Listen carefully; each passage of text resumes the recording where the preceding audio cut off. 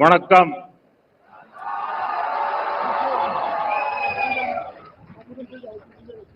இனிய பொங்கல் நல்வாழ்த்துக்கள்.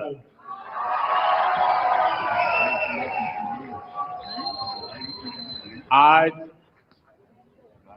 पोंगल एक ग्लोबल फेस्टिवल बन चुका है. दुनिया भर में तमिल समुदाय और तमिल संस्कृति से प्रेम करने वाले लोग इसे उत्साह के साथ मनाते हैं. उसमें मैं भी एक हूं.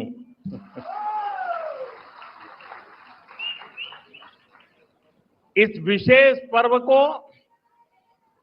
आप सभी के साथ मनाना मेरे लिए सौभाग्य की बात है.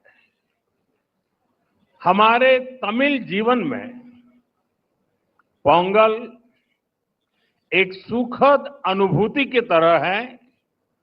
इसमें अन्नदाता की मेहनत, धरती और सूर्य के प्रति आभार का भाव है. साथ ही ये पर्व हमें प्रकृति, परिवार और समाज में संतुलन बनाने का रास्ता दिखाता है. इस समय देश के अलग अलग हिस्सों में लोहड़ी, मकर संक्रांति, माघ बिहू और अन्य त्योहारों की भी उमंग है. मैं भारत और दुनिया भर में रहने वाले सभी तमिल भाई बहनों को पोंगल की और सभी पर्वों की बहुत बहुत शुभकामनाएं देता हूं. साथियों, वैसे मेरे लिए ये भी बहुत सुखद रहा है कि पिछले वर्ष मुझे तमिल संस्कृति से जुड़े कई कार्यक्रमों में शामिल होने का अवसर मिला. मैंने तमिलनाडु में 1000 साल पुराने गंगईकोंडा चोलापुरम मंदिर में पूजा की.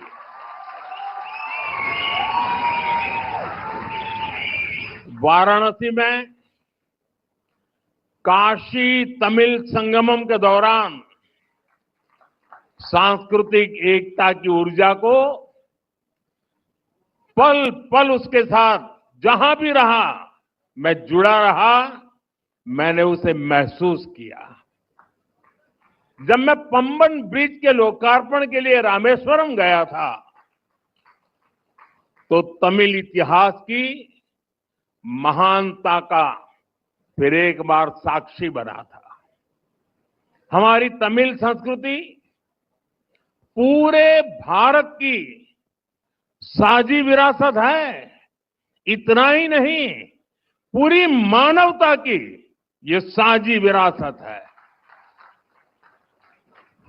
मैं एक भारत श्रेष्ठ भारत की जिस भावना की बात करता हूं उसे पोंगल जैसे पर्व और सशक्त बनाते हैं. साथियों, दुनिया की लगभग सभी सभ्यताओं में फसलों से जुड़ा कोई न कोई उत्सव मनाया जाता है. तमिल संस्कृति में किसान को जीवन का आधार माना गया है.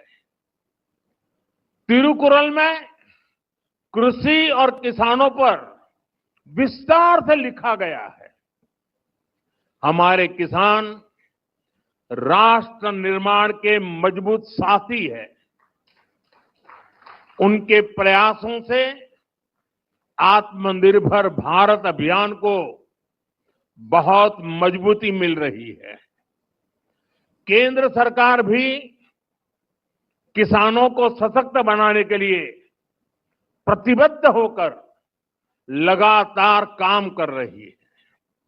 साथियों, पोंगल का त्योहार हमें प्रेरित करता है कि प्रकृति के प्रति आभार केवल शब्दों तक सीमित न रहे, उसे हम जीवन शैली का हिस्सा बनाएं।